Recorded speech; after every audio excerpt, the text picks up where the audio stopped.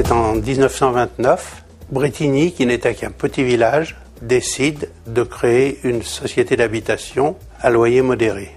Lorsqu'il a fallu loger plus de monde, il fallait bien monter des programmes et seule une coopérative à l'époque pouvait démarrer ces programmes, obtenir les emprunts et suivre la construction de bonne qualité.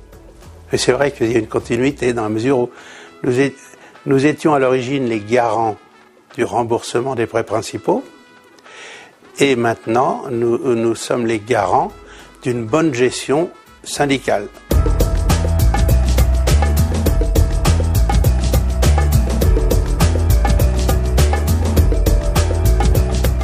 Le groupe Essia est un organisme social pour permettre à des personnes qui cherchent à se loger soit en locatif, soit à prix modéré, soit en accession à la propriété sécurisée, soit en gestion de copropriété, d'apporter aide, sécurité, compétences. On est 18 personnes pour traiter environ 70 copropriétés. Donc on est à peu près le double de n'importe quel autre cabinet de syndic. Comme il s'agit d'une coopérative, les copropriétaires sont en même temps actionnaires de notre société. Donc c'est pour ça que je parle de solidarité, c'est-à-dire qu'on travaille pour eux, avec eux, pour valoriser leurs biens. Société coopérative HLM, ça veut dire aussi que nous avons une identité HLM. Nous sommes agréés auprès des tribunaux dans le domaine du redressement des copropriétés en difficulté. Nos compétences également particulières portent sur un grand domaine de la politique gouvernementale qui est la vente HLM, pour faire évoluer des locataires en copropriétaires. Chez nous, il n'y a pas de saisie, il y a une garantie sociale qui évite un sinistre social, aussi bien pour la famille que pour la municipalité.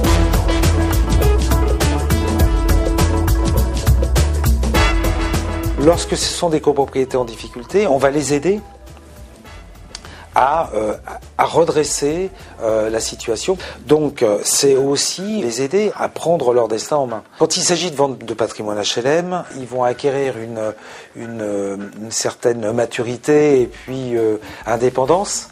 On va les accompagner et donc il y a quand même cet esprit, cette continuité dans l'esprit. Encore plus dans la vente HLM, ce sont souvent de primo-accédants. Et les primo-accédants ont été habitués à être bichonnés par les bailleurs sociaux. Ce sont des locataires qui ont droit à un package de services qu'on ne retrouve nulle part ailleurs. Et cette sensibilité-là, savoir que ce sont des gens qui ont été bichonnés et qui deviennent propriétaires, donc livrés à eux-mêmes, qui doivent entretenir du patrimoine, qui doivent provisionner des montants pour de futurs travaux, des choses comme ça, et c'est la caractéristique principale que j'ai retrouvée chez Gexio. Savoir que le locataire du logement social, faut encore l'accompagner avant qu'il devienne propriétaire réellement. Aujourd'hui, je crois que Gexio il est au top.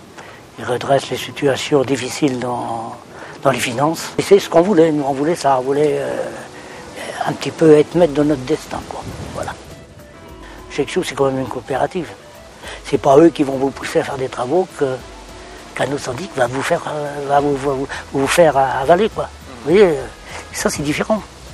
Ils peuvent s'affronter sur des idées qui sont différentes du devenir ou de l'aménagement de la copropriété. Lorsqu'on se retrouve devant un barbecue, c'est quand même différent. Et donc ça, c'est notre mission. Ça fait clairement partie de notre mission.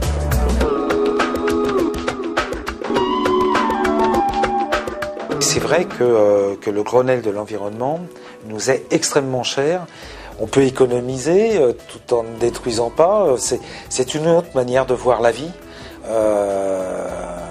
Et après tout, c'est par la solidarité qu'on y arrivera. Copropriétaire, coopératif, enfin bon, c'est à chaque fois le partage. Copropriété, c'est partager les parties communes, mais c'est aussi partager la vie, partager l'immeuble, partager un espace. Et bien coopératif aussi, c'est aussi le partage. En fait, c'est ça, je crois.